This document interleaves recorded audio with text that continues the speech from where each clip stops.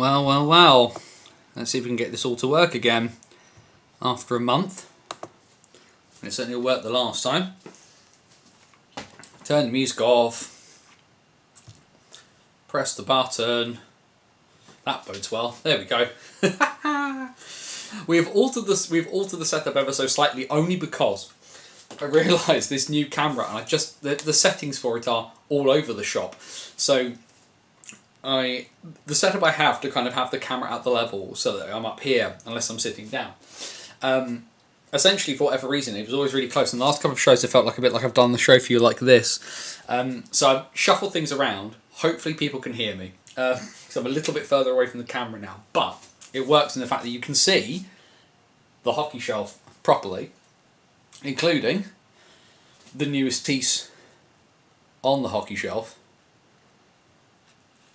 which I got in Berlin this summer.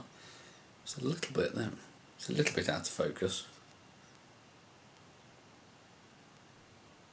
There we go, that's a little bit better there. But it's a proper sort of actual glove replica. It fits on your finger. It does not have a thumb hole, but you can get your finger in it, which is pretty awesome. You can get your fingers into the finger holes up here, but the thumb hole is sort of properly inaccessible, but it is quite fun to do. But that is there on the hockey shelf now. I am vastly running out of space on the hockey shelf, but we do also have the IIHF World Championship puck as well now. As well there, so big thanks to Flames admin for that one too. We'll give it another moment just for people to come in, just because obviously we're live and I've put the links out and everything like that. Is the volume okay? Can people hear me all right? That's what we're going for. What's really useful as well is that it looks like the CPU is not going completely bonkers, which is really nice.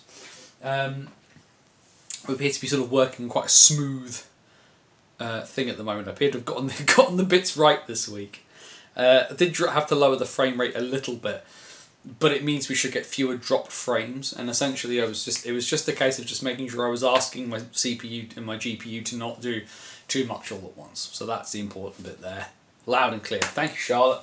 Knew somebody would pipe up and let me know. Right, we should probably get this rocking and rolling, guys, gals, and the gender fluid, and all beyond the binary. It is Wednesday. It's 8 PM. And welcome back once again to the BOTW What's Current stream. My name is Anthony Russell, here to take you through the weird, wonderful and wacky world of British ice hockey. We focus on the lot from top to tail, north to south, east to west, Elite League, National Division, NIHL Division 1 and Division 2 in the north, and in the south, SNL, WNIHL. If it's been played across the last little while in Great Britain, we will find a way to talk about it. We give you all the big news, all of your views, and just have a little bit of fun along the way. I hope everyone is doing very well. It is the 26th of August. Welcome to the final off-season special of summer 2026, because, certainly for me at least, I know for a few people it's already started, but the 26-27 hockey season in Great Britain is just around the corner. The women's fixtures are on the precipice of coming out. We know already what's happening in the men's game. We've had a few pre-season friendlies across multiple divisions already. We're going to have a look back at the weekend. We're going to have a look at the week coming up. We're going to have a big old chat and a big natter about everything that's going on. There's obviously been little bits of news coming out. I see Logan van der Maraca Logan van der Maraca is off back to the SPHL. There's lots going on, but basically we are going to have a good old chat for the next 60 to 90 minutes about stuff. Is the short version, because like I say, we've had some games. Muggins here is back on the microphone this coming weekend. I am very excited about that, as you can appreciate. But before we kick on too far, of course, we do need to do a little bit of housekeeping. Banners on the wall at wordpress.com. As the season rolls back around, your number one source for all things related to British ice hockey. 15 years of giving you the best in-depth content we possibly can about the sport in Britain and around the world. Of course, the last thing we did was a little while ago, our big deep dive into the rule changes in the National Division. But do not fret, because this coming weekend you will get the BOTW preview for 2026-27. However, like we said during the week, it's a bit different this time. rather than going in depth, super hyper, mega focus on every single division, it's a bit more of it's a bit more of a stroll through everything.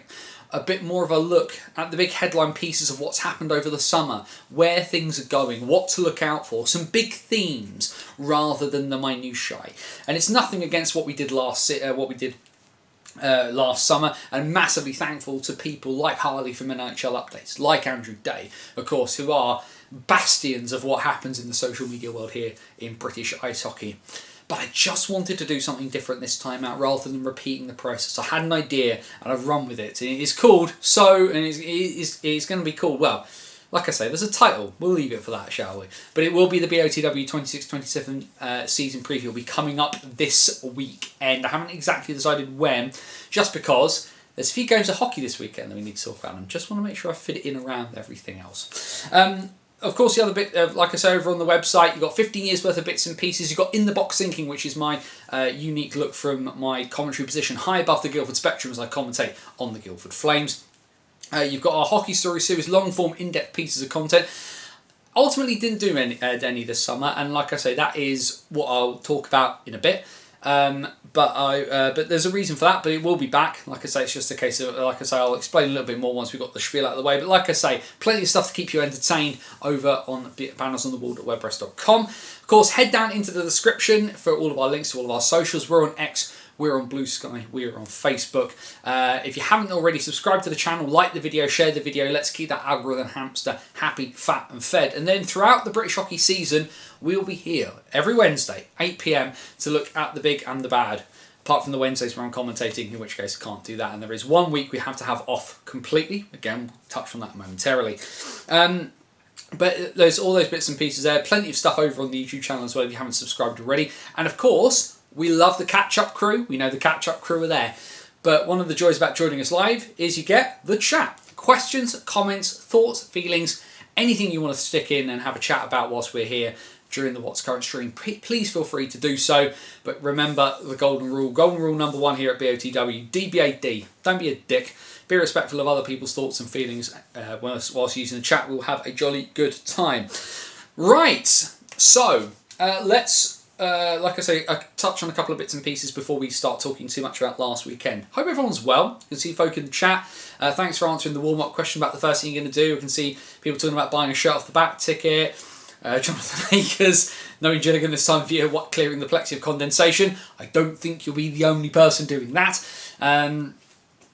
Jamie's heading to the merchandise stand at Milton Keynes. Of course, we will be ships in the night. So of course, I'll be in Milton Keynes in a couple of weeks. But great to see some support. I believe Mike and the Weedy crew and Telford have got themselves a new flag they're going to be putting up, which is awesome.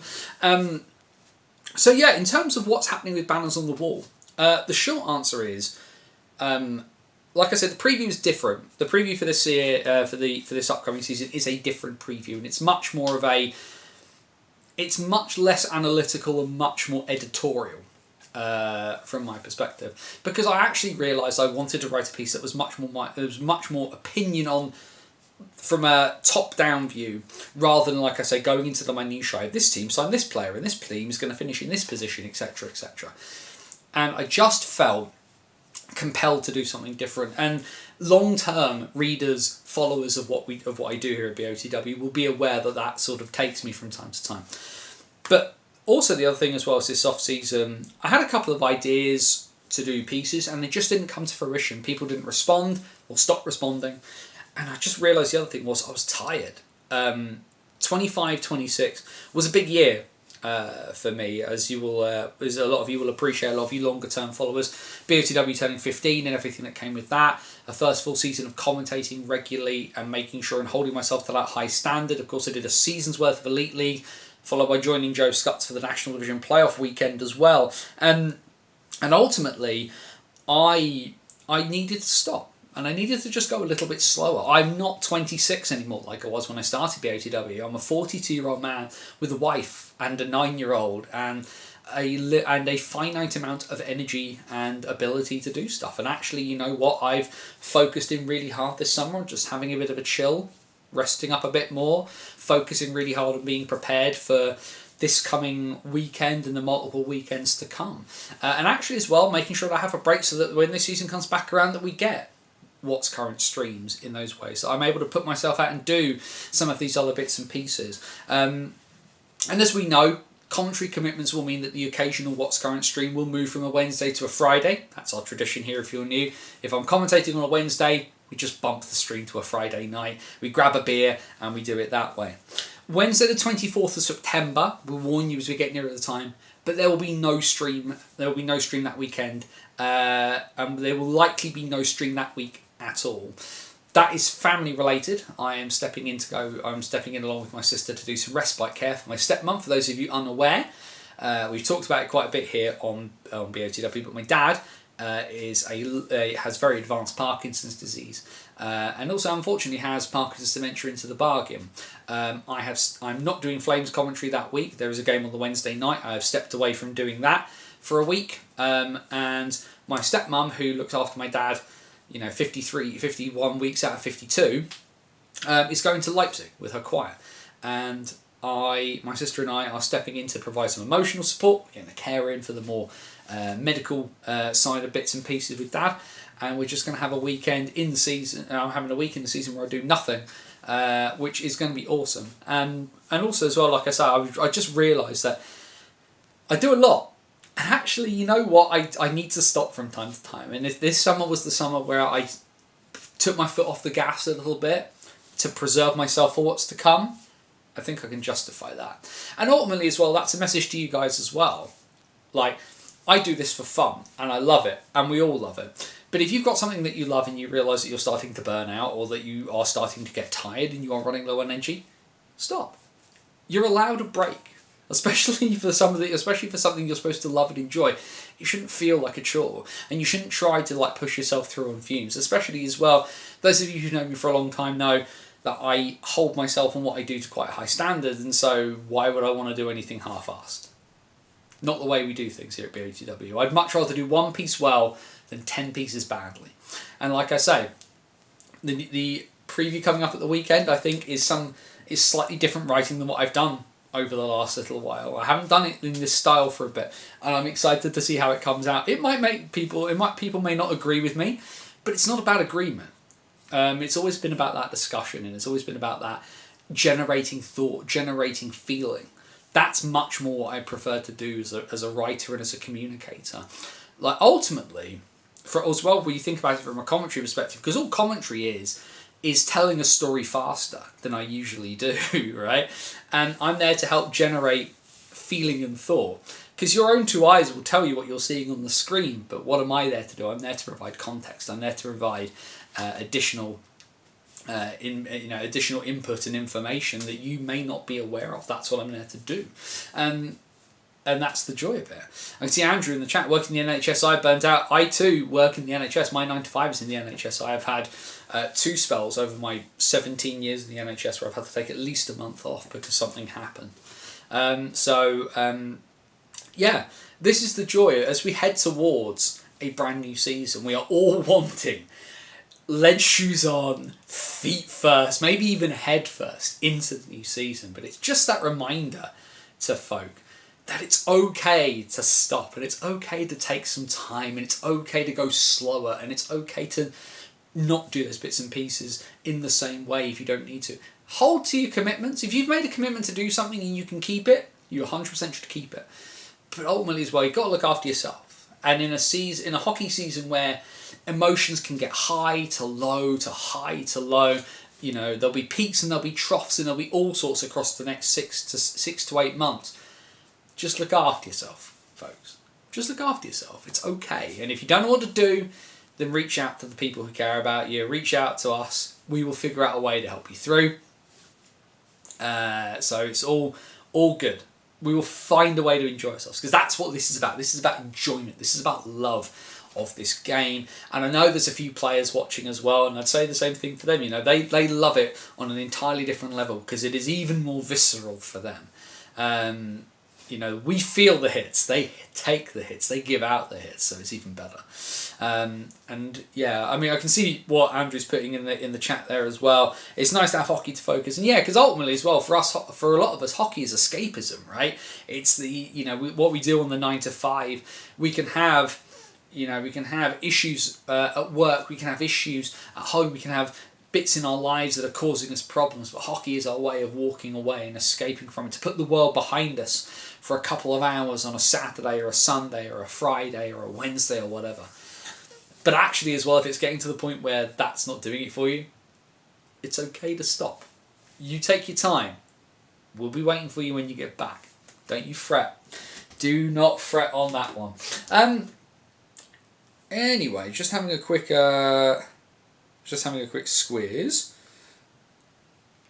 He says, just having a quick look, make sure we've not missed any crunching news at high speed. Because this is always the way it happens. A couple of bits and pieces as well, just because obviously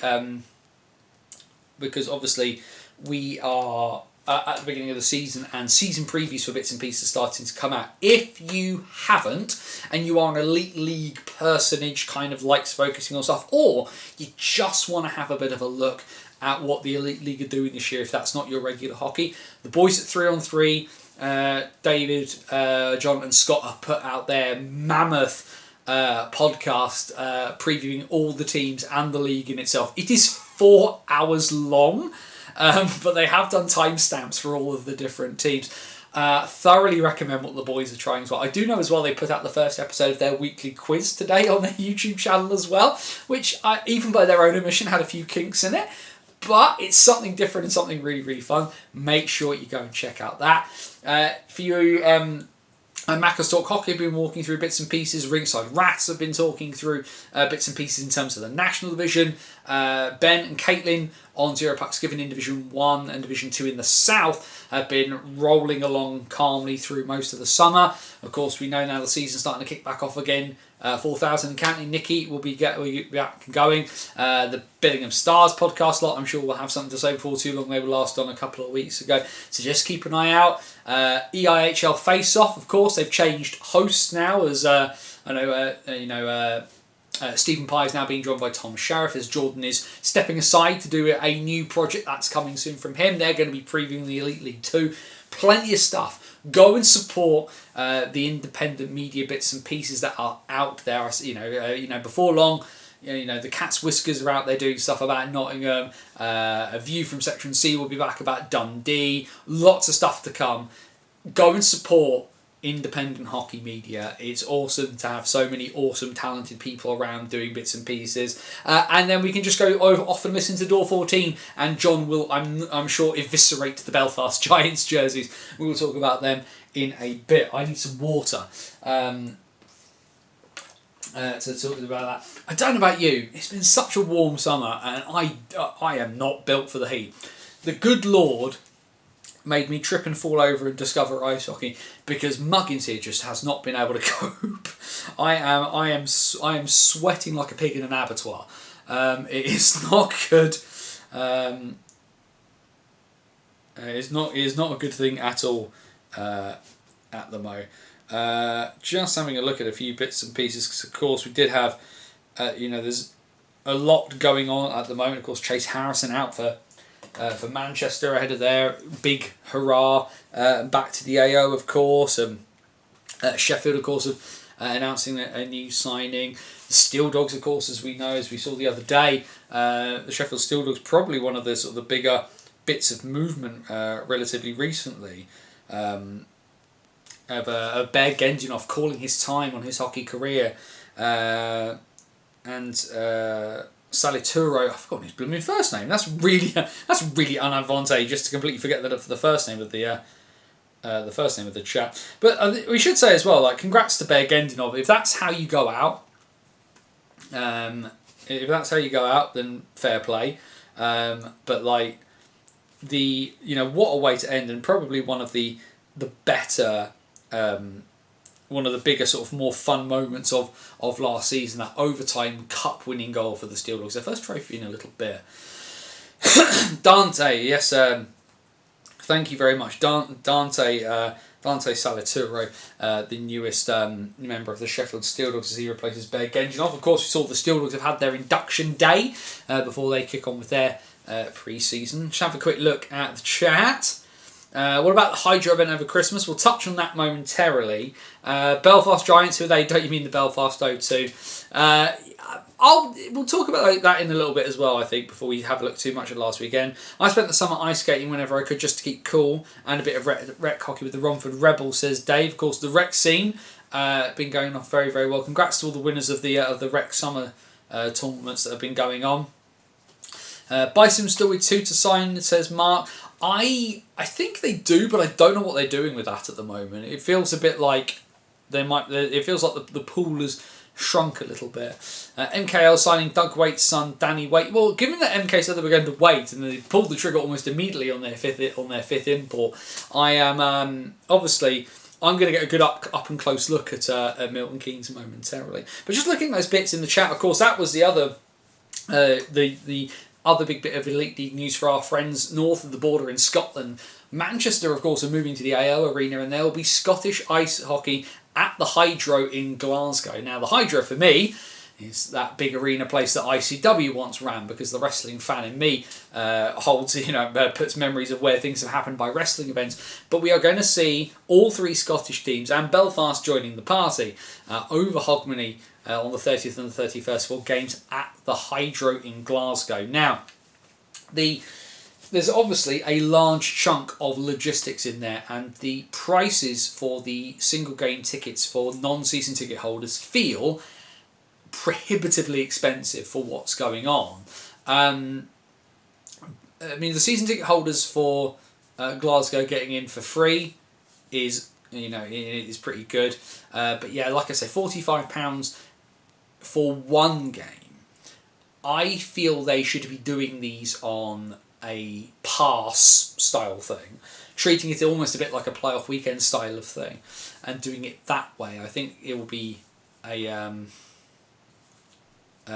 feel like that might work slightly better for them in that sense. But what are the operating costs of running the Hydro? And this feels like, off the back of Manchester getting back into the AO, this is Scottish hockey kind of putting up a firework, a bit like how you see in war movies, where like they'll fire a light flare into the sky so you can kind of see the lay of the land in the dark.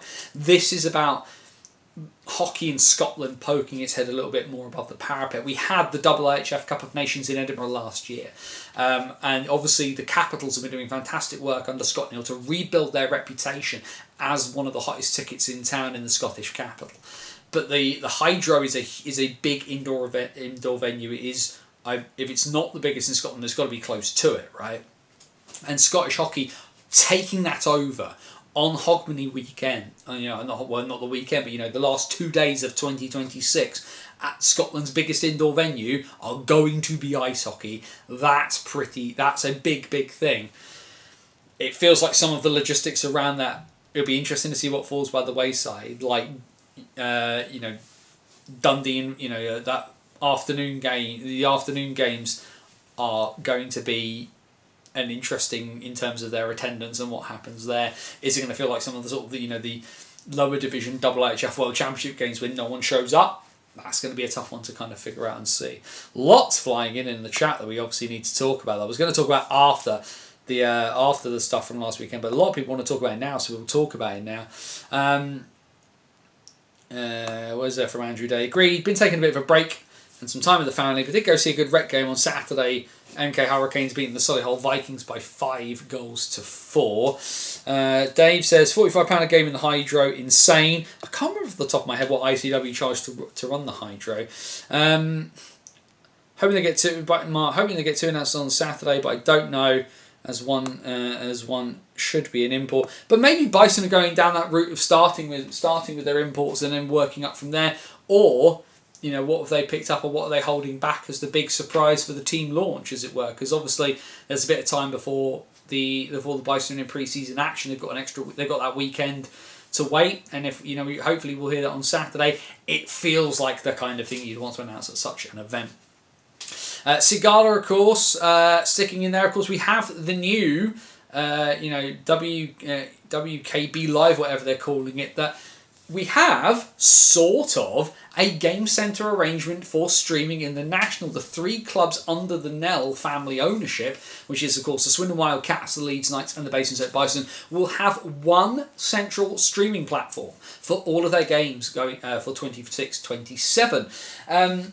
There is you can buy one pass and it will cover you for all games, all the home games for all of those 3 teams. The introductory offer, I believe off the top of my head, is about £120 for the season, which for getting 3 teams worth of games is okay comparatively price-wise by what you would pay in Britain for bits and pieces. Now, infrastructure-wise, it looks pretty interesting. It's using the same back-end. It's using Sportway, which is what was used by GB for their friendlies against Italy at the back end of last season. It's the same back-end that the Ligue Magnus are using for Magnus TV in France.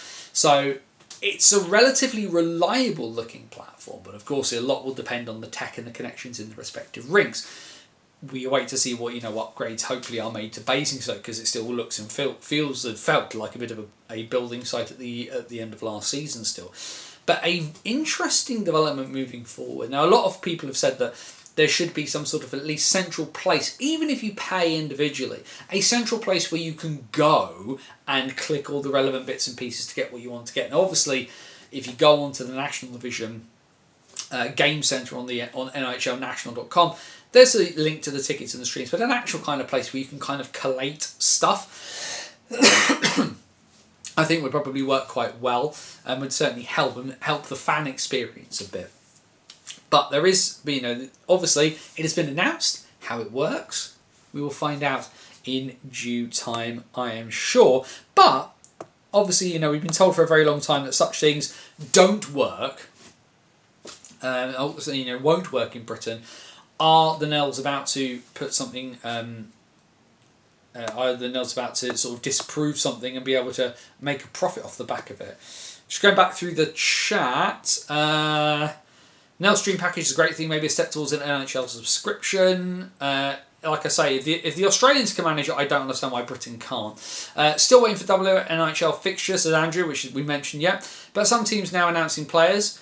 Was the second Her 3v3 tournament in Glasgow played and won by Team Ireland with over 1,200 attendees. Awesome that for women's hockey. I must confess I didn't get to catch any of that tournament, but looks like everybody had a really, really good time. It's massive arena. Anything costs, yes, as it will. Idle afternoon games are ideal for me to get there and back. I can appreciate given where you're based, Andrew. Yes. Definitely seems like the EIHL is entering their arena era. Just hope they didn't get too greedy and another BISL situation happens. I think the issue, of course, there is that they've got enough teams where an arena of bigger than a couple of thousand is not Cardiff have a finite amount they can expand to. Glasgow are at a finite amount that they can expand to. The Spectrum isn't going to get any bigger. Kirkcaldy's not going to get any bigger. Dundee is not going to get any bigger. And so they can what they want is fine, but they are going to have to operate within the practicalities of where they are right now. And everybody will go, but Dublin, and it's 2026. We're not going to see a team in Dublin for at least 2030 probably.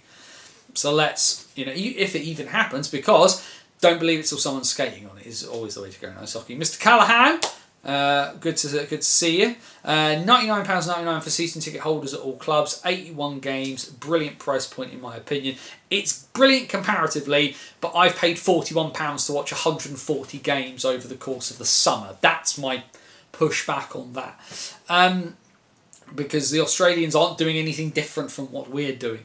Really. As someone who relies on the streaming service for the games I miss through work as seasons ago, and I think that's a really, really good one. I think that, like I say, I think the fact that, credit to, irrespective of what you think of the price point, this is something we've been told won't work in Britain, and the Nels are trying it. They deserve kudos for being brave enough to try it. Now, of course, ultimately, the money goes in the same pot irrespective, because the same entity owns all 3 clubs. However, someone has to be the pilot fish. Someone has to be the canary in the mine, and it's worth a go and seeing what they can do with it. And of course, individual games will still be able to be bought through what is there. So it'll be interesting. It'll be interesting to see. Of course, what I will be interested to see is what happens, whether we get half seasons, whether we get a playoff pass down the line for respective teams. I think that would be really, really impressive to see as well. And also as well, whether, what the option then becomes for the National Division streaming for the finals weekend at the end of this season. That'd be good to see as well. Bison roster 5D and 11 forwards as it stands. Yep, hopefully we've got more people coming, because I don't want the Bison going into this season with 5D. No, let's have a sixth, please. And so to Isekai to get on the plane. That would also be appreciated. So yeah, hopefully from the Bison we'll hopefully see something at the season launch event this coming weekend. Not sure you compare that with Australia. Fairer comparison is the Devils charging 384 for 32 games. I think it is fair, because Australia is a vastly larger country with worse internet infrastructure than what we have. Each team plays a 30 game season, and they are still, as a semi-professional entity, able to offer 100 and something games for less money than it would cost for one ticket for an adult to watch one game at the Hydro. How are they doing it? Talent borrows, genius steals. And also, it should be said as well, there are multiple different entities producing it. Whether it's ThoughtFox, whether it's ATG, I've completely forgotten the name of the people in Adelaide, because they've got a ridiculous name. Sport Quest or something like that. But there are 5 different streaming entities producing stuff that goes into AIHL TV. And then you've got the stuff on top of it where they're on ESPN as well. It can be done. AHL finals are this weekend, Mark. Don't you worry, we will be talking about that later. Let's hit the button and let's get the graphics up. And have a look at bits and pieces from last weekend. Now, a big thank you to all of the relevant bits and pieces that I have stolen stuff off of for this. He says, quickly checking just making sure for my own sanity that there's something still, one of my bits and pieces is still working on this. There we go. It's just making sure something I was tracking, some stuff there was working very well. I will click that button there as well so I can see what is going on. So, last weekend, of course, the weekend before last, Cardiff had a double whammy weekend. They played the Odense Bulldogs. I know Mr. Callahan, who's in the chat, was at least one of those games. And, well, it was a bit of a fight night on Saturday night, and a bit calmer as the Devils picked up 2 wins over Paul Thompson's former side, the side that he led to their first ever Danish title. This past weekend, though, it was a case of pass the Duc d'Angers, as the French side were over in Britain playing 2 games. Saturday, though, not a great result for them, as they lost 4-2 to the Cardiff Devils down in Cardiff Bay. A much closer game than the Devils had against Odense the weekend before. Came pretty close, but the Devils ultimately able to pull it over the line. Angers then moved themselves up to Nottingham the next day and lost by the same scoreline, with an empty netter sealing the win for the hosts in that one. Of course, that's Nottingham's first game of pre-season. Saturday was Cardiff's third. Although, like I say, the frustrating thing here is that Duke sounds like duck. That's not a duck; it's an owl, and I don't speak French. So this is the limit of my bits and pieces. It should be said. However, 2 defeats for Angers, but they did give a good account of themselves, and the new Panthers do look very, very impressive. Grandin looks very, very good for the Panthers to start the season. And then it was about face, because there was one English team over in France this past weekend, the Guildford Flames, getting their pre-season schedule underway last Saturday away just to the northwest of Paris against Les Jockeys de Cergy-Pontoise. And I think probably the best way to describe this game, from what I've been able to garner, because I missed this game as I was meeting my new nephew. But Guildford bullied the hosts off the ice. Jack Jacome, one banging a guy in a fight, and Jonathan Racine running a guy over. But ultimately, the story of this one is 3 power play goals for the Flames. Carl Boudria, Cole Sanford, Matt Alvaro and Josh Waller with the goals for the Flames in this one. Splitting ice time in this game as well. Justin Fazio took the first 30 minutes. Brad Arvanitis, the new member of the net minding corps for the Flames, who had the top save percentage in the ECHL last season. Now, he was the one, unfortunately, to lose the shutout moments from time, but a productive first outing for the Flames ahead of this weekend's action. And then of course the new stepbrothers, sort of as they are, in the O'Rourke family. Of course, the O'Rourke's now taking over the ownership of the Dundee Stars. The Wards still involved in the day-to-day, but these two, like I say, effectively stepbrothers, as it were. But ultimately, a win for Dundee. Both teams ending up playing their backup netminders in this one. A pretty impressive performance. And a combined shutout in the end from Vladislav Pestov, the new Kazakh netminder for the Stars, and Dominic Jaglar getting some time in net for the visitors. But the Stars run out with a 3-0 victory at the Braehead Arena in this one. All 3 goals coming in the third period. As we leave the Elite League behind momentarily, though, we had cross-league action on Saturday and Sunday, and Solway IHC, as they now are, with their first outing against the Blackburn Hawks. It was Saturday at the Dumfries Ice Arena, and a 6-1 victory and a hat-trick for new import Owen Cole. He was was prominent on the board, as unfortunately the demigod Dimi Zamostra unable to hold the Scots at bay. It was a 6-1 win on Saturday, and then on the Sunday, well, it got even worse for Blackburn, thoroughly put to the sword on home ice by 9-1. However, positive thoughts from player head coach Andy McKinney for Blackburn on this one. I'm appreciating the difference in quality and class, and if you're a team like Blackburn going up against guys like Jancis, like Cole, like Arsenault, like Boyce, the vast swathe of talent that they have up there on the Nith. It's all just been about piecing it together. And as Solway come out of their troubled summer, obviously being able to get the wheels turning beneath them will give them hopefully no end of confidence. There were some other games, of course, some more cross-league action. It was NIHL 1 North versus SNL, and a pretty comfortable win for the Widnes Wild over the Solway Sharks SNL. Now, for those who remember a couple of years ago, a lot of interplay, mostly due to Joe Coulter, it should be said, and some of those young Solway players who are now trying to make more of their mark on the SNL in other clubs, and of course young people like Bailey Thompson up there with the Sharks. But a pretty comfortable win for the Wild, the NHL 1 roster. A 7-0 victory over the Sharks on Merseyside. 2 for Parry, 2 for Hayek, and goals individually for Rushby, Watson and Grimshaw for the NIHL 1 side. But then the other thing, of course, out of Widnes is they now have a new NIHL Division 2 roster who got their first taste of action. And no, you're not reading that wrong. Kilmarnock didn't lose a game. Now, this doesn't count in the Goose Egg Challenge, of course, because this is not a competitive game of hockey. But this is the first game that Kilmarnock have played and have not lost in over a year. Of course, losing every game, league and cup in the SNL last season, but are managing to at least hold their own against the new Widnes Wild 2 roster. So very interesting to see what Kilmarnock are able to do in building this, and a good first outing for both sides in pre-season for this one. The other game from last weekend, a pretty tight bit of action.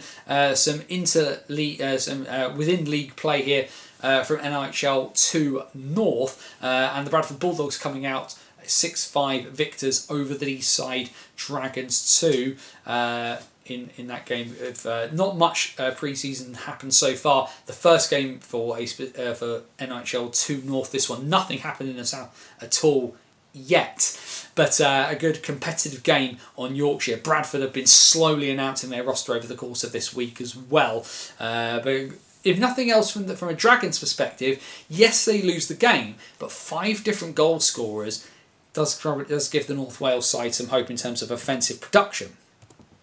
And then, just purely within the SNL, no reaching too far out of Scotland just yet for the league and cup champion Edinburgh Capitals, but they were victorious on home ice at Murrayfield on Saturday in the first part of their doubleheader against the Dundee Rockets. 6-2 win for the league champs there, before a penalty shot win for the Capitals on the Sunday over the Rockets in this one.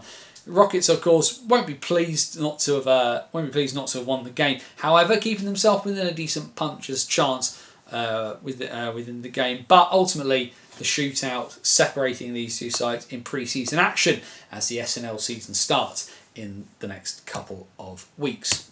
So, let's have a look at the really highly sophisticated graphic I made by typing out all of the fixtures that I could find, because there's not one repository. That's why there's red lines under things. But there are games coming up on Friday night for you all. There's a few games on Friday morning, but we'll talk about them in a bit. But Friday evening, 3 games on the docket, all featuring Elite League sides. Belfast take on the Herlev Eagles, and 2 teams that actually have featured on different Banners on the Wall articles, because I've watched Herlev in Denmark before. The new look, rebuilt Tim Wallace Fife Flyers, complete with added extra Brits and Cam Huff and everybody else, have their first on-ice outing. They take on the Kiev Capitals at Kirkcaldy. And then the other game on Friday is Glasgow against Latvian side HK Liepāja. Saturday, a much fuller programme of games.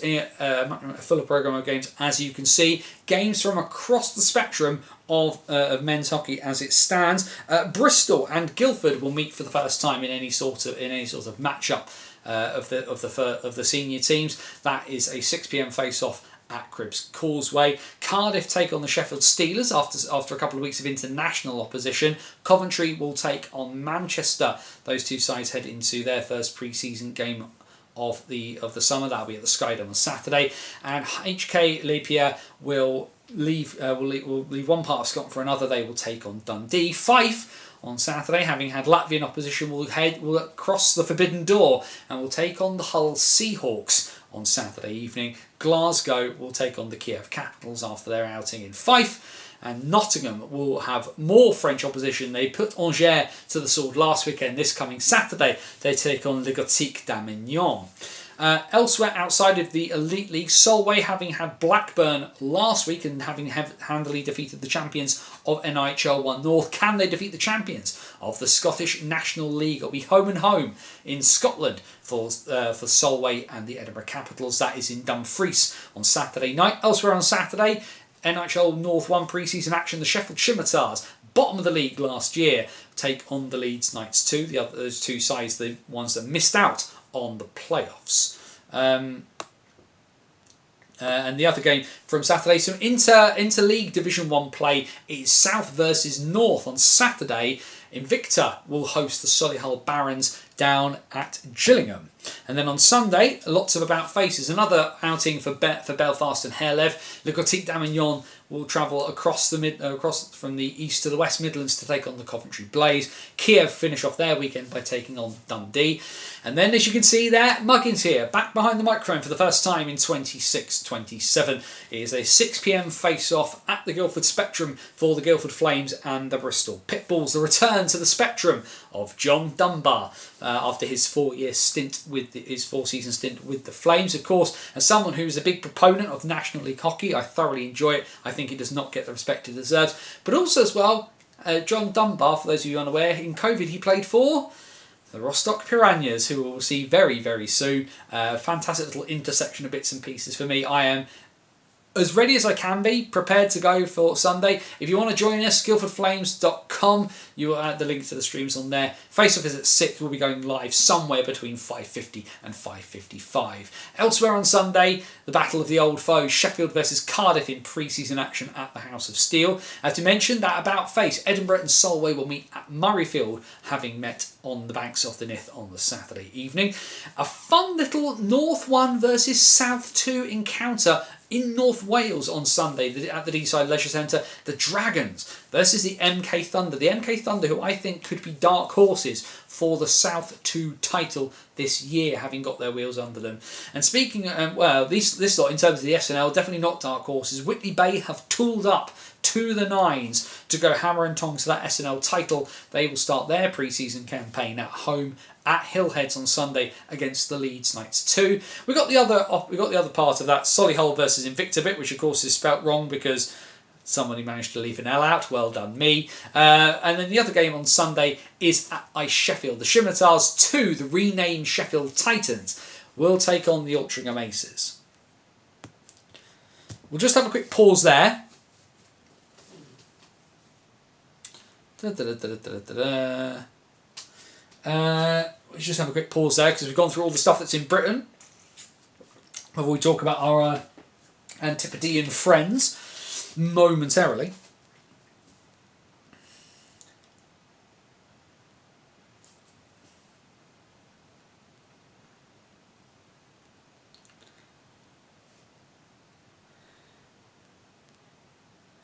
A message from my sister because having met one nephew last weekend, I've got to go see the other nephew. I've got to see the other nephew this weekend, which is all good.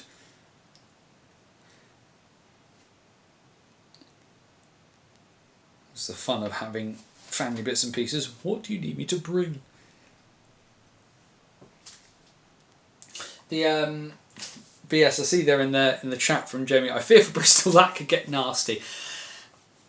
Like it's up to them to keep the score down. I think on that one, but it will be interesting to see for the Flames what happens. It's obviously an opportunity to try out a few different bits and pieces. I venture as well though that John Dunbar being such a popular player with the Guildford fan base is going to get quite a warm reception on the Sunday. What happens from there and what receipts are kept over from the Saturday night, that remains to be seen. Hopefully the AHL YouTube will remove the background music for their highlights. As someone who can't watch the streams, I rely on the vids to learn about the league, but can hardly hear the comms. What I would say on that one, Sigala, is to go onto Instagram and find Stephen White, who is the media communications bloke for the league, and tell him. I think on that one is what I would say there. But yeah, like I say, there's a lot going. There's a lot of interesting little tidbits from last weekend. Guildford were able to do, obviously not at full speed, but were able to do quite a bit of damage against a side that struggled, finished top of the relegation pool in the League Magnus last year. The Sergi Pontoise didn't make the playoffs themselves, but certainly a good way to get to good sort of team building exercise, get the guys together, bit of travel, and do those bits and pieces and work it that way. But it's lots of good stuff there. Cardiff obviously have their wheels underneath, and they've always traditionally done a very, very long pre-season. Nottingham, lots of Panthers fans very excited about what they've seen so far. And yeah, just some of the other bits and pieces. Obviously, very easy for Solway fans to be very happy after putting 15 goals past a team over the course of the weekend. But there is that marked difference between Division 1 and the National Division. Certainly, in my opinion, a harder gap for certain players to navigate compared to the Elite League National Division jump, in my personal opinion. But I think there's some, like I say, we saw some other little bits and pieces there. Obviously, a good win for Bradford. Wins were hard to come by for the Bulldogs last year, but they, get a good start to pre-season over D-side 2, and we're just going to start seeing more bits and pieces.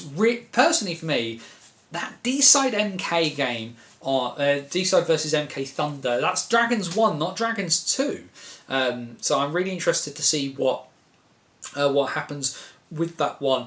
Like I say, the Thunder took a bit of time in South 2 last year to really find their feet and really get going, but when they did, they started to cause some teams real problems. Now, you wouldn't put your house on MK coming out of D-side with a win. However, certainly if they can go in there, get some big minutes under the legs of guys, get an opportunity to get the power play working, get the special teams working, get some good shots on, and also face a side that is pretty high quality. D-side Cup champion, the Cup winners from Division 1 North from last season, ran Blackburn pretty close in the league title race. It'll be a really, really good outing for Will Fry's men in North Wales this coming weekend, and and the Elite League getting more international position. Herlev coming over from Denmark, Kiev coming over will be an interesting one for the Scottish teams. Of course, they lost to Coventry last season. Did did Kiev, but some some really interesting bits, a few more bits of sort of interleague play. Like I say, the fact that we've got Guildford versus Bristol, there are connections between the two, not just John Dunbar. Matt Simpson, the Flames equipment manager, is the former equipment manager at Bristol. There's a few guys like Jacob White-Say, like Josh Kelly, played juniors in Guildford as well. So there's a few little threads, but John Dunbar will be the main thread to be pulled at come this coming weekend, and Elliot Lewis, should he appear as well. I believe he should be in the Flames lineup this weekend. Another former Bristol pitbull into the bargain. I'm missing both MKL versus Rostock games. It should be two interesting games, but I'm doing something I've always wanted to do. And that's what it is, Jamie. Sometimes it's trade experiences for other big experiences. You go do what you need to do, my good man. I will be in Milton Keynes on the Sunday, not the Saturday, of course, because Saturday the 5th, the Flames are at home to the Coventry Blaze in pre-season action, so Muggins here will be doing his duty. But then I have had the messages from my friends on the Baltic coast. There's a few of them heading over. Some people far too excited to be going to Milton Keynes is probably the best way to describe that. But it's a fascinating thing, and like I say, the fact that we're able to have international opposition come over to Britain and have these games, of course, Tilburg due to come over for too long. They are a team that was much higher up in the Oberliga North than Rostock were last season.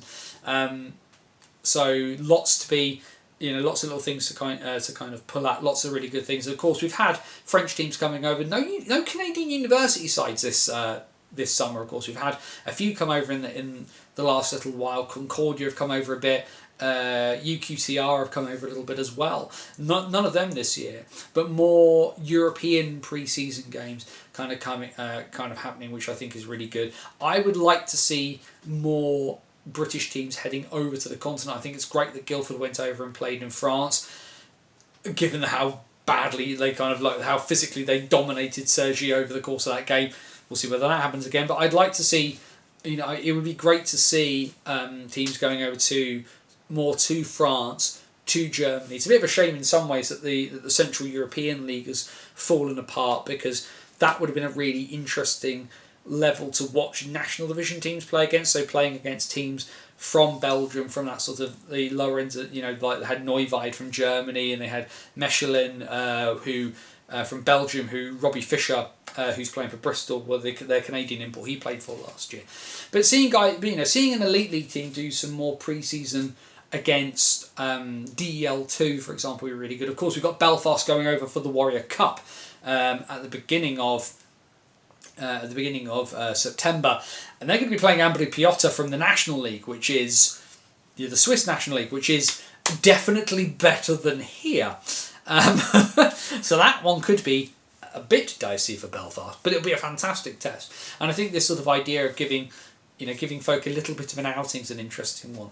Like I say, for anybody who saw the football and Hansa Rostock coming over, there's definitely not as many hockey fans coming over, but should be a really, really fun one. I'm looking forward to being in the away block in Milton Keynes, because I wouldn't be in the home block for a game like that for love nor money. Also, I believe a few members of the Rostock fan club, of which I am sort of an affiliate member, Ostsee Power, are heading over. It is their 35th anniversary, because it is 35 years this in December of Ostsee Power and the founding of Rostock as a hockey club post the fall of communism and the reuniting of Germany.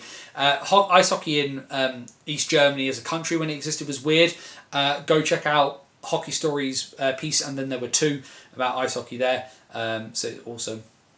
And bits and pieces like that. Very happy with the new link between the Lightning and the Storm, with Joe Wilson and Ross Green running that pathway. Yes, another really good point. Of course, Joe Wilson, part of Tim Wallace's coaching staff, that left after after Tim Wallace was relieved of his duties, but a couple of stalwarts of recent bits and pieces now sort of working to bring through that younger talent for Pete Russell now as the head coach. Hopefully, they will find a way to use them.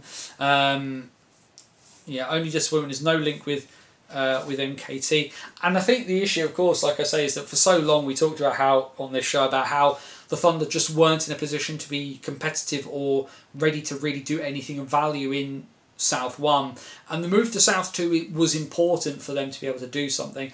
Hopefully, with more and better juniors coming through, the natural place for some of these really, really talented 16, 17-year-olds to get who maybe just need a little bit of seasoning.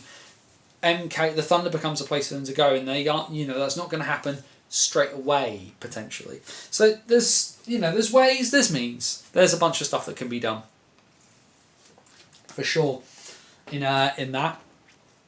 What we will do, though, because we are at a point where, obviously, in Britain it's pre-season, and this is my show, and we are going to talk about the fact that there is competitive championship hockey that was played last weekend and this weekend. So the one thing we do need to talk about is the fact that we have champions in New Zealand, the same as the old champions. The Sky City Stampede, based out of Queenstown, have won their 6th Virgil Cup in a row in the New Zealand Ice Hockey League. So congratulations to all of them in Queenstown for that one. Winning the finals for the Virgil Cup in New Zealand are a 3-game series. So because the league has so few teams, the semi-finals are an aggregate affair, and then your final series is played 3 games, Friday, Saturday, Sunday, at the home rink of the higher seed. So the Stampede, as the winners of the regular season, were the first seed on that one, and they ended up facing the Dunedin Thunder. Now, credit to Dunedin, who in their aggregate semi-final were 9-4 down after the first leg. I put the video up on the banners on the wall socials. 9-4 down after the first leg, and came all the way back against the West Auckland Admirals to win in overtime in the final to make their first Virgil Cup final since 2014. For the Dunedin Thunder, and they won Game 1 into the bargain. But the champions are champions for a reason. The dynasty continues in Queenstown, and it is a 6th cup in a row for the Sky City Stampede. So congratulations to all in gold and blue on yet another championship. And for everybody else in New Zealand, they have to find a way to catch up. And then, of course, for folk who know, Muggins here is a big fan of all things Australian ice hockey. It's my way of keeping my sanity during the summer, and the final games of the regular season, it's been a pretty bonkers end to it. Various points deductions thrown out for all sorts of things. We had a game that couldn't be played because a pizza oven melted part of the ice in Sydney. So there was a game between the Sydney Bears and the Perth Thunder that couldn't go ahead. The teams were originally announced as having 1.5 points each before somebody checked the rules and said no, it's a point apiece, so that's why those asterisks is there. Then it turned out that the Sydney Ice Dogs ended up getting deducted 5 points in total for an unregistered coach on the bench. They were initially deducted 2 points. They did an audit of the entire league, and that resulted in the Ice Dogs getting deducted another 3 points, and the Melbourne Ice also got deducted 2 points. We went into the last weekend of the season last weekend. The Ice Dogs needed a win, and they're going into the final day of the season, and they came from behind against the Brisbane Lightning to get those points. And last year's Goodall Cup champions Melbourne Ice, with David Booth, with Simone Dupree, have not made finals weekend in their own rink at the Ice House at the Docklands for 2026. We will have new champions in the Australian League this season. The big one there the big thing here is that the top 6 in Australia make the playoffs. It is a 3-day affair. You have the quarterfinals on the Friday, semis on the Saturday, and the grand final to win the Goodall Cup, the 3rd oldest trophy in ice hockey, will be awarded on Sunday morning UK time. So as it stands, what we have is this outlook for the upcoming bits and pieces this weekend. The preliminary finals will be played on this coming Friday. Now, the times there are in Australian Eastern Standard Time. All of the games are taking place on the big pad at the O'Brien Ice House in the Melbourne Docklands. Preliminary final 1, which has got the team that finished in 4th. Blooming Evans, I've got myself in a real knot here. It's third versus Third versus sixth, and fourth versus fifth. Canberra take on Sydney. That game faces off at 6 a.m. UK time this coming Friday. So if you're not up for that, I get it, but that will be that one. And then 6 a.m. So then it's 4 hours later. So 10 a.m. UK time. Perth Thunder versus the Sydney Ice Dogs. Now Perth were looking like they had a case to win the regular season. They have had injuries galore and an absolutely terrible end of the season. Of couldn't win a fish at the fair against an Ice Dog side that had to battle themselves into playoff contention at all, and had that 5-point deduction into the bargain. That is where potentially you could see the lower seed upset here. Canberra, champions in 2024, lots of recent Goodall Cup wins. Interesting one there. The winners of Canberra and Sydney Bears will go ahead into the second semi-final on Saturday. That one I believe is. I'm just trying to do the maths. That one is a 9 a.m. start UK time against the Melbourne Mustangs. The winners of Perth and Sydney have the early semi-final, which faces off at 5 a.m. UK time on Saturday against the minor premiers, the Newcastle North Stars, and then it is a 5 a.m. face-off on Sunday for the Goodall Cup final. How you can watch all of these bits and pieces is you need to go to AIHL.tv. There is a streaming package that will cover you for all 5 games, and they did announce how much it was, and I've not written it down because I am a wally bozo.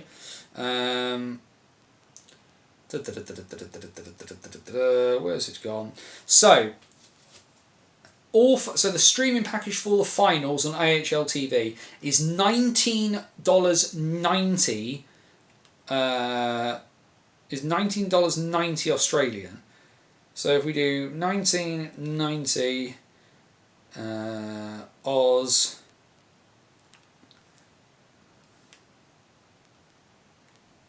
Let's do that. 1990 Australian dollars to GBP. So $19.90 for the whole finals weekend. That is £10.50 roughly in GB sterling.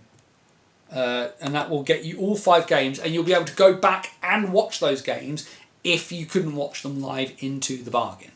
That's how it works with AIHL TV. Muggin's has the yearly pass, and I can go back and watch games from this season, last season as well. So £10.50 for £10.50 will get you access to AIHL TV to cover you for the entirety, and you can watch those games live or on repeats. It's $19.90 to $19.90 Australian to cover that one. And so that works out about £10.50 with the exchange rate today, as we are looking at it about 9 o'clock on the 26th of August. For me, I don't know, for those of you who watch this semi-regularly, for me, the big upset here, I think, comes potentially between Canberra and Melbourne. Both had real heaters heading towards the end of the season. The Mustangs at one point had a 10-game winning streak. Canberra got to 12 before losing to Melbourne on the last weekend of the season. For me, the big set, I think Canberra beat Sydney. I'm unsure. I think the Ice Dogs can take out Perth, but for me, I think Newcastle make it to the final, whoever they play. The big one for me is that second semi-final between what I believe is going to be the Canberra Brave and the second place Melbourne Mustangs. That for me there is the interesting one, because I think if the Mustangs make it through, I think Newcastle win. But if Canberra make the final, I think all bets are then off. If it's a Canberra Newcastle final, I don't know necessarily where those chips lie. Newcastle, I think, are good enough to beat the Mustangs. The net minding becomes a big question. Newcastle have made their way to the minor premiership with Matthias Trinker, an Australian netminder, in net, compared to the Mustangs, who have used Noah Giesbrecht, who is a Canadian import, and Canberra, who have used, for the most part, used Matt Hasselman in goal. But the firepower of the North Stars, with Santeri Harala, with Yevgeny Skachkov, with Francis Strelay, I think, and then they've got the Australian core behind them of Wahib Dargay, of Liam Manwaring. I just think that Newcastle have enough to get them over the line. But the issue for me with the Brave is that they have got a little bit of extra firepower, where the issue for the Brave for a good long while was their consistency. Canberra, of course, for those of you Belfast fans, Canberra have Peter Bates. Peter Bates is going to be a Belfast Giant in a couple of weeks' time. And he's done a fantastic job. For the Bears, it's going to be a tough one. Nick Seitz is averaging like 3 goals a game for Sydney. But I don't see a way without a big moment and the Bears hitting a lot of goals in a short space of time. I don't see Sydney getting past Canberra. But I see Newcastle getting out of their side of it. It's going to be Newcastle versus Melbourne or Canberra in the final for me. But I think the North Stars might have just enough to get them over the line. The North Stars haven't won the Goodall Cup in 10 years. So we will see whether the North Stars, having won the minor premiership, can take the title back to the Hunter Valley. Let's pause for a sec. Have a drinky. Right, well, there's no other hockey to talk about, because we've talked about all that's happened, we've talked about all the fixtures, and we talked about the fact that there is big hockey coming up in the next couple of days. The door is open. Questions, comments, thoughts, feelings, anything anybody wants to chuck in the chat for us to talk about, throw it in now. Let's have a little talk about stuff, about what you guys want to. I've said all I want to say. We're in that exciting point. Clubs posting pictures of their imports turning up, which is always fun.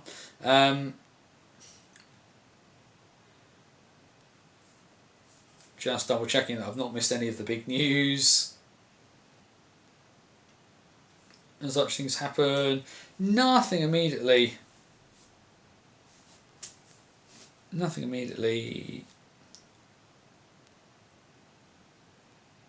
leaping out that I can see. But yeah, like I say, I'm excited for the weekend. Busy weekend in my world, because like I say, I've got my nephew's we're having a family barbecue for him turning 3.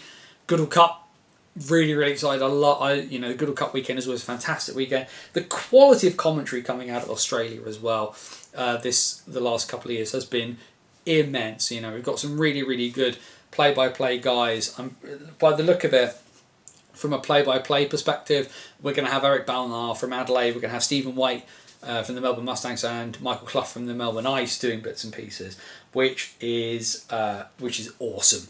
I think from a colour perspective, I think we probably got, if I remember correctly, it's Rod Johns from the Mustangs, Brian McKenzie from the Ice, and Peter Lambert from the Newcastle North Stars. And Peter Lambert is a criminally smart man. Potential Plymouth Arena, but I guess it's the same as the W1 Wait Till People Are Skating. There's been so much talk about an arena in Plymouth for some time, about rink in Plymouth for some time. Cigar. If it tells you anything, I have been with my wife. I've been married to my wife next month for 16 years. We've been together since 2007. There is a photograph of me skating on the kidney bowl-shaped rink at the Plymouth Pavilions in one of my old Rostock jerseys. I've been waiting since that point for a proper sized ice rink in Plymouth. Believe it when you see it. What do you think of Whitley's recruitment? I think adding Chris Sykes and Ian Brown into a team in the SNL, I think massively boosts them. I think the proof is going to be in the pudding for Whitley, because I'm interested to see where they match up against what Edinburgh have done. Obviously, Edinburgh have lost a couple of guys as well. They've made a few changes too, but it looks like at the top of the SNL it's going to be Edinburgh or Whitley for most of the silverware. The playoffs is always a bit of a crapshoot, because Kirkcaldy will put up a fight, Dundee will put up a fight, Aberdeen will put up a fight, and Aberdeen of course are notoriously quiet. But it does look, for me, it feels a little bit like those two are going to be the top of it. I think, at times Whitley struggled to score goals in big moments. And I think adding in Chris Sykes and Ian Brown together, who not only can produce a massive amount of offence but know how to play together, is a really big thing. We'll be doing an NHL thoughts on the teams once all the players are announced. My preview piece, Mark, like I say, is more of a kind of a overview of kind of everything. I will of course naturally offer my thoughts as we see bits and pieces. I will be able to give you a really good in-depth look at MK when I get a look at them. But I'll be keep an eye on the socials, and we'll be doing bits and pieces. We'll talk about stuff on here as well as things kind of get moving along, but no specific piece per se this time out. Tips for anybody wanting to start content creation about British hockey and wanting to give it a really good go this season. Figure out what it is you're doing. Don't guess. Plan. And stick with it, because it takes time. The best things take time to grow and to create bits and pieces. I realise in the ADHD nuclear powered way of the world that the wheels turn in this day and age, things can blow up really, really big, but then there's nothing kind of behind it, and I think that's kind of the issue. I think, like I say, I don't know whether you're wanting to get specifically into writing, Charlotte, or whether it's YouTube or TikTok, but the biggest thing I would say is you do need to plan out what you're doing. Don't just purely have like quick sort of reactions and nothing else. Have something you can kind of build on.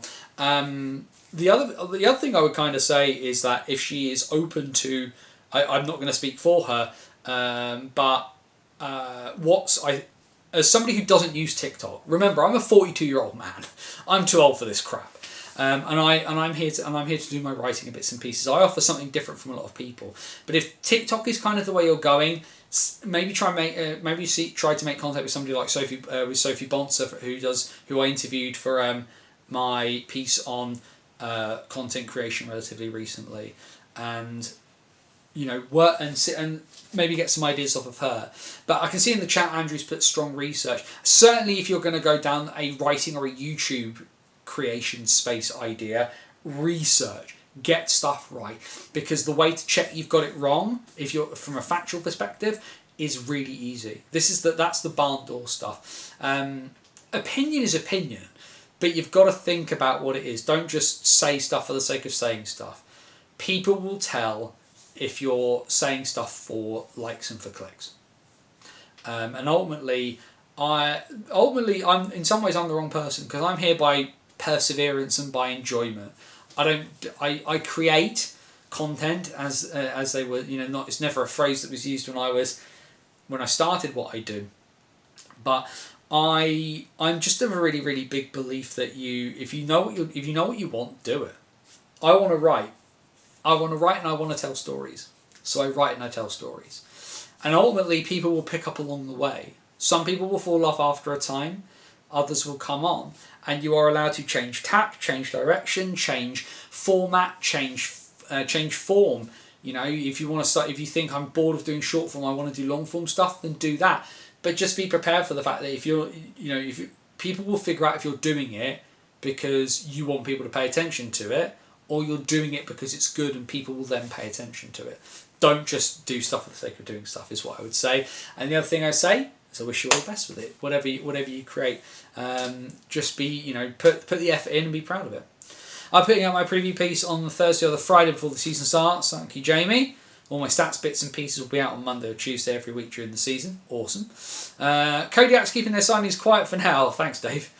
George Alley, coach of former Raider, loves to keep up suspense. Tell him to do what the Aussies do, just like on the day before the season, just announce everybody in one go. Just one big announcement. It's like 20 people. That'd be the way to do it, in my opinion.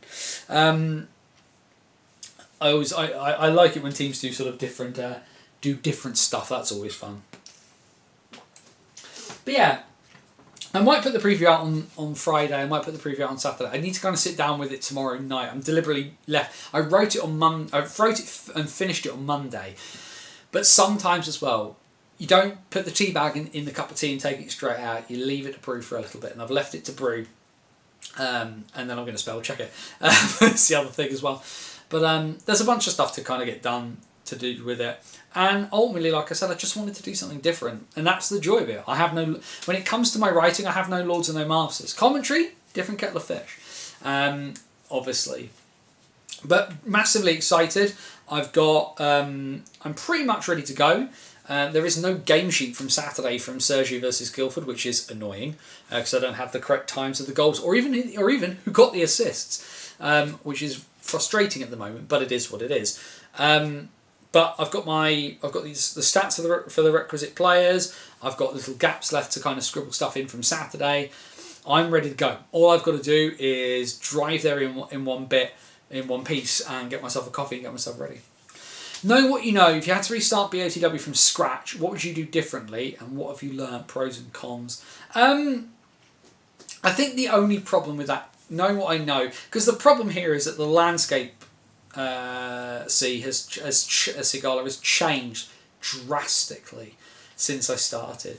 Probably knowing what I know now, I'd probably be much more of a gambling man and put some money on some things that didn't happen, like a la Back to the Future.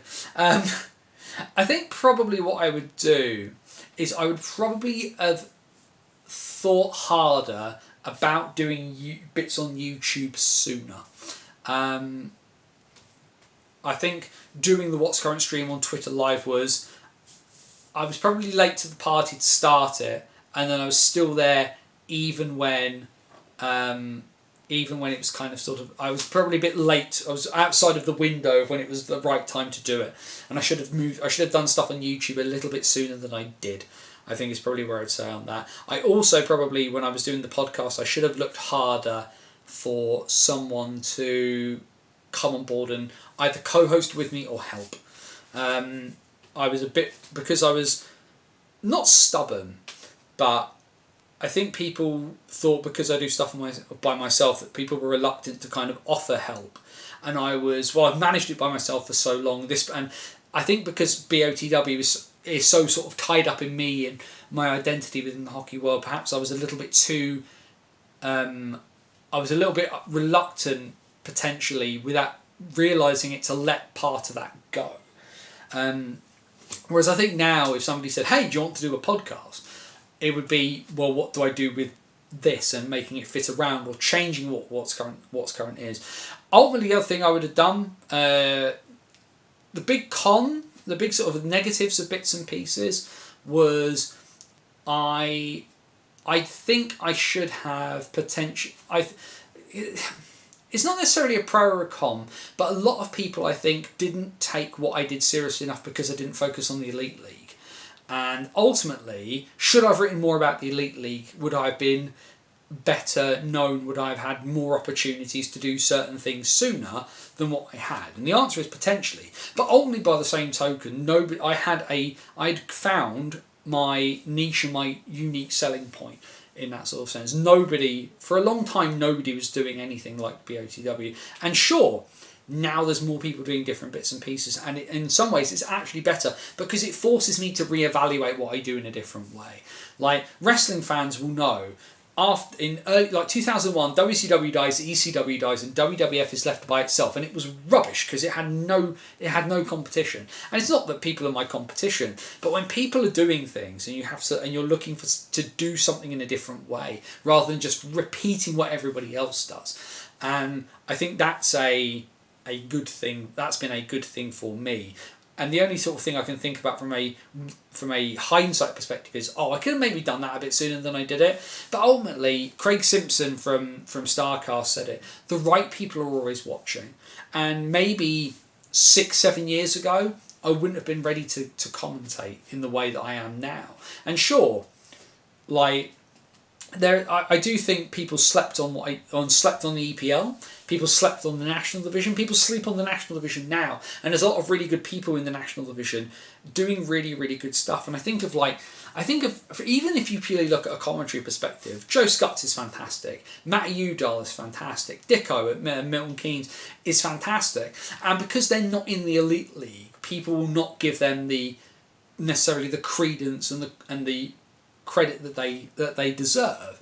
That they deserve for that. And I tripped and fell and managed to fall upwards a little bit. But it also comes from the fact that I've worked really, really bloody hard for a decade and a half. Like I've put a shift in. And there are people who are doing bits and pieces across British hockey right now who I poked and prodded hopefully enough at the beginning to make them start. I'm not responsible for them getting to where they are.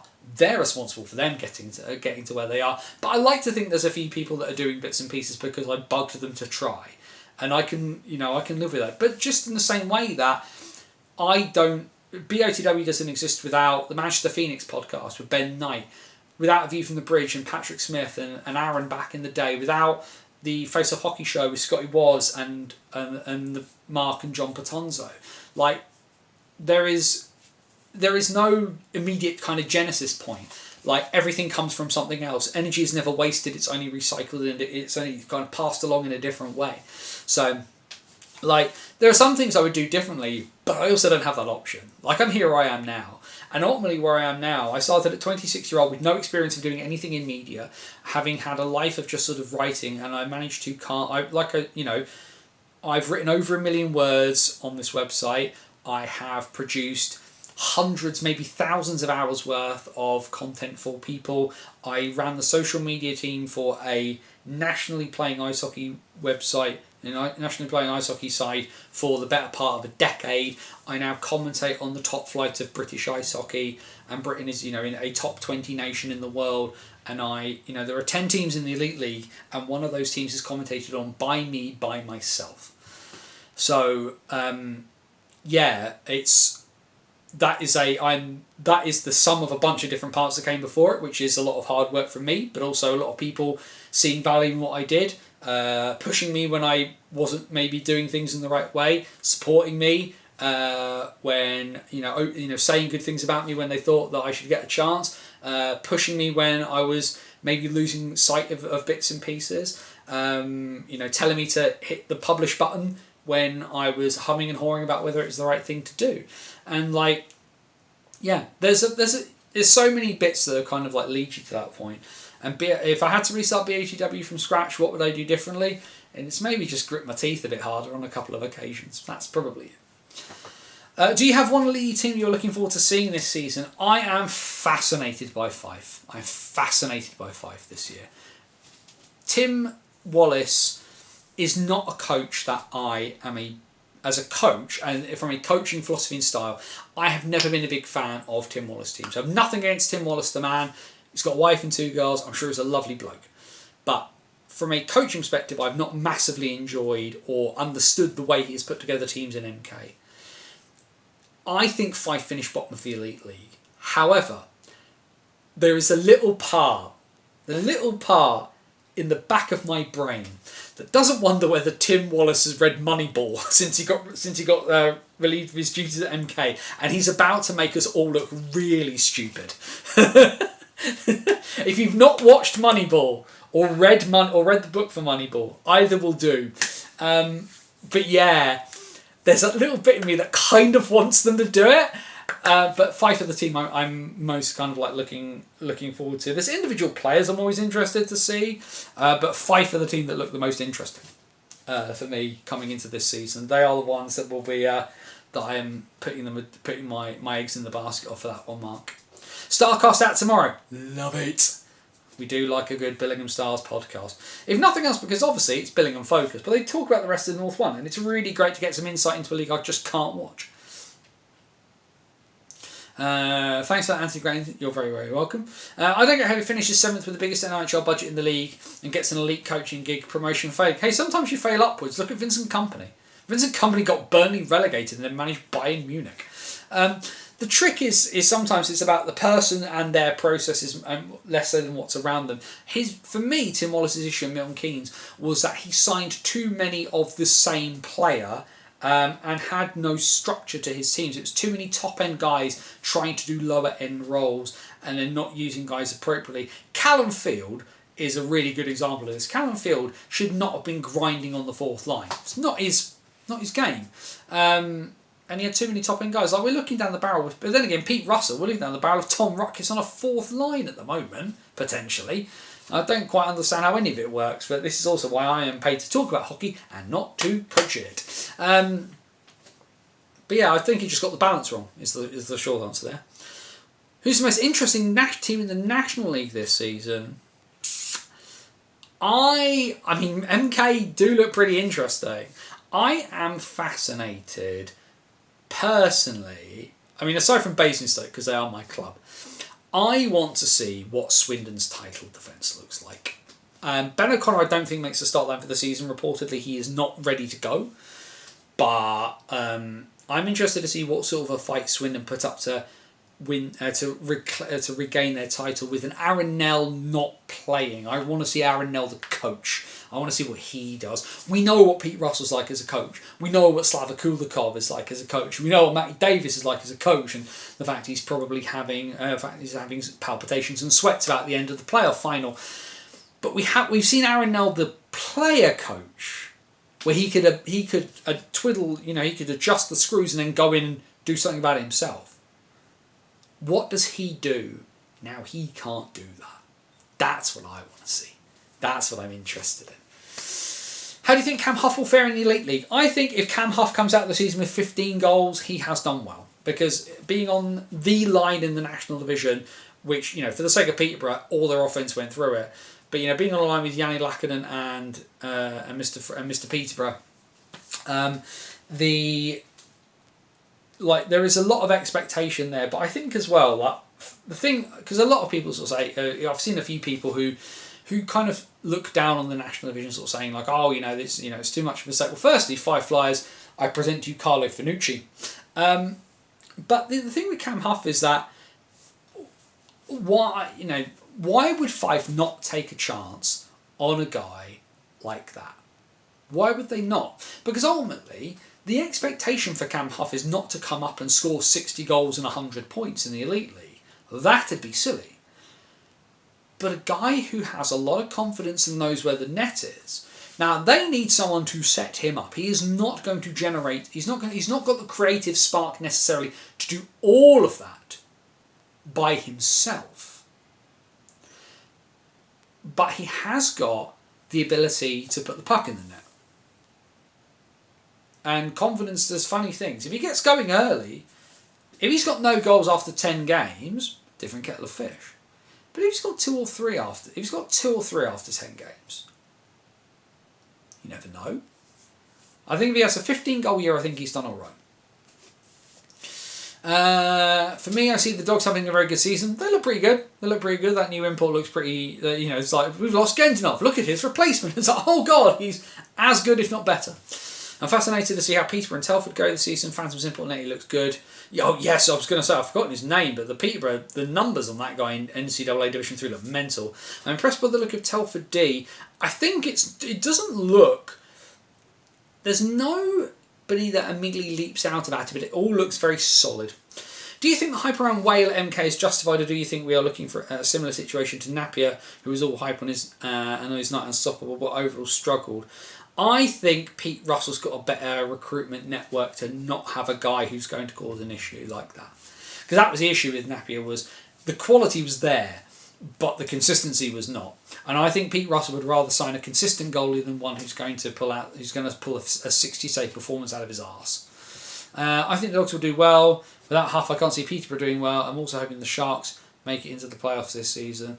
I am struggling in the immediacy to see which three teams Solway are better than, but I think the bottom end of the table will be a lot closer. Yeah, no Ben O'Connor start the season is the word. Instead, your favourite D-man, Eddie Bebris. For God's sake. Eddie Bebris is a forward! Love you, Aaron. Matt Hennessy, thank you, Jane. I knew somebody would pull that name out. But yes, Matt Hennessy in terms of numbers looks very, very good. If he settles, he will be something else. Oh, a bit of water. Right, nearly at 9:30, so I will say, last call. Questions, comments, thoughts, feelings, last bits and pieces you want to get in, and we will then head out. If nothing else, I've got the washing up to do because I didn't cook today, so it's somebody. So I have to do the washing up if nothing else. Just looking quickly, skimming for any other big news. Any other big news? So, like we've been told, Starcast out tomorrow. This was the other thing actually I saw. Oxford in South 2, because obviously the City Stars and the Rising Stars have all come together. They're just the Oxford Stars for next season. But they're doing sort of a 3-month subscription bundle, it says.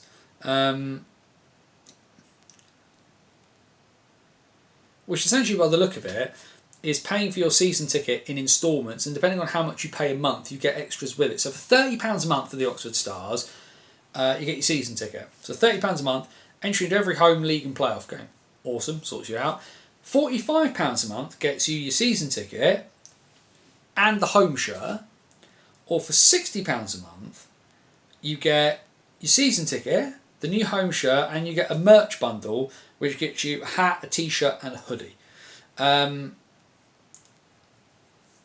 So for that £60 a month one, it's £214 worth of value for £180. So you basically pay in 3 instalments to get all of those bits and pieces. I don't mind that as an idea. It's a bit different, isn't it?